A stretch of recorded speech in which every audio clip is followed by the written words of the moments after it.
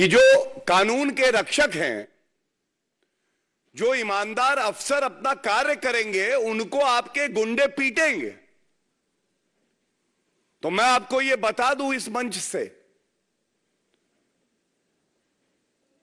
कानून का जब डंडा चलेगा तो ये जितने गुंडे हैं ना, इनको नानी याद आ जाएगी, इनको आप बचा नहीं पाएंगे।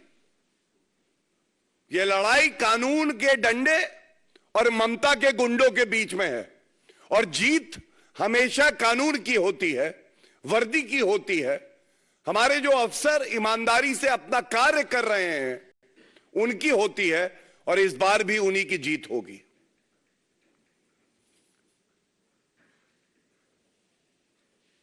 ये आश्वासन इसलिए देना भी बड़ा आवश्यक है। मैंने आपको एक उदाहरण दिया, मैं एक और उदाहरण देता हूं। ये जो मैं आपको तस्वीर दिखाऊंगा, ये न्यूज जब सुप्रीम कोर्ट में मामला चल रहा था पश्चिम बंगाल के पंचायत चुनाव का, तो सुप्रीम कोर्ट ने क्या कहा था? Democracy not working at panchayat level in Bengal. और ये आज के लिए भी बिल्कुल प्रासंगिक है। लोकतंत्र पश्चिम बंगाल में खत्म हो गया है। जब संविधान और वर्दी का रसूख ना रहे, जब मुख्यमंत्री कानून के साथ ना खड़ा हो बल्कि गुंडों के साथ खड़ा हो जाए, तो यह कहना गलत नहीं होगा कि ममता बनर्जी के मन में आज केवल सत्ता का सुख भोगना है। और मैं जब बात करता हूं अफसरों की, ईमानदार अफसरों की, मैं एक बात और बता दूं, पश्चिम बंगाल की जनता भी आज कह रही है कि ममता बनर्जी ना हो गई, अराजकता की मूर्ति हो गई। न्याय की मूर्ति सुना होगा आपने, न्यायालय में होती है। आज ममता बनर्जी जो है अराजकता की मूर्ति हो गई। जनता को डराया जाता है। इससे पहले जब सीबीआई के अफसर पश्चिम बंगाल गए थे जांच करने, तो उनको बंद कर दिया गया था कमरे में पश्चिम बंगाल की पुलिस द्वारा। पहली बार ऐसा हुआ कि लोकतंत्र में वर्दी धरने पे बैठी थी ममता बनर्जी के साथ। और मैं इतना ही कहूंगा कि जब जनता की ही हत्या की जाए क्योंकि उन्होंने अपना लोकतांत्रिक जो अधिकार है उसका इस्तेमाल किया है, और उनको टारगेट किया जाए कि आपने हमारे लिए वोट क्यों नहीं किया, यह बिल्कुल स्पष्ट कर देता है कि आज ममता बनर्जी जंगल राज का पर्याय है। और जैसा मैंने कहा, पुनः दोहराते हुए, ये जो लड़ाई है ये कानूनी डंडे और ममता बनर्जी के गुंडों के बीच में है, और जीत कानून की होगी।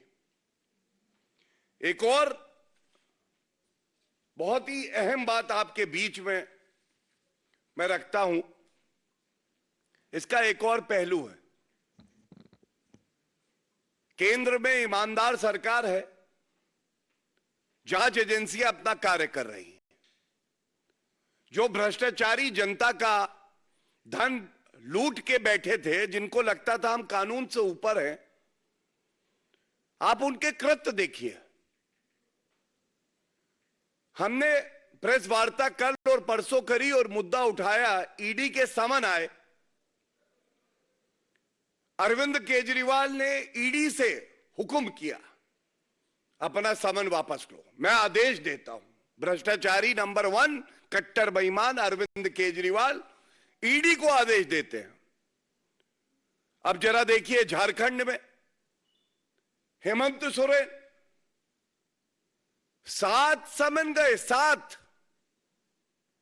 हेमंत सोरेन ने कहा मेरा तो भ्रष्टाचारियों के साथ साथ है, आप 7 दो, 6 दो, 5 दो, मैं नहीं आ रहा हूं।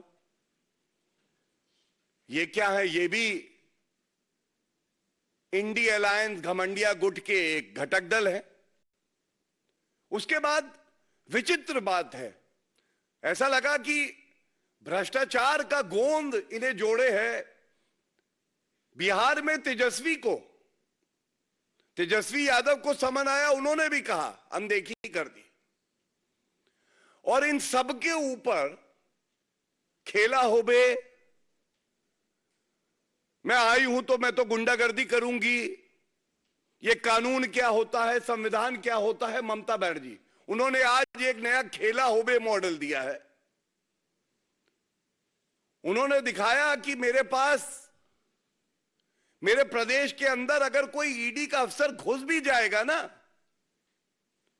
तो मेरे गुंडे हैं, मैं उनको भेजूंगी। पुलिस को कहूंगी कि जो ईडी के अफसर हैं, जिनकी जान पर बनाई है, उनकी मदद ना करना, टीएमसी के गुंडों के साथ खड़े हो जाना। ये एक खेला हो बे मॉडल भी आ गया है।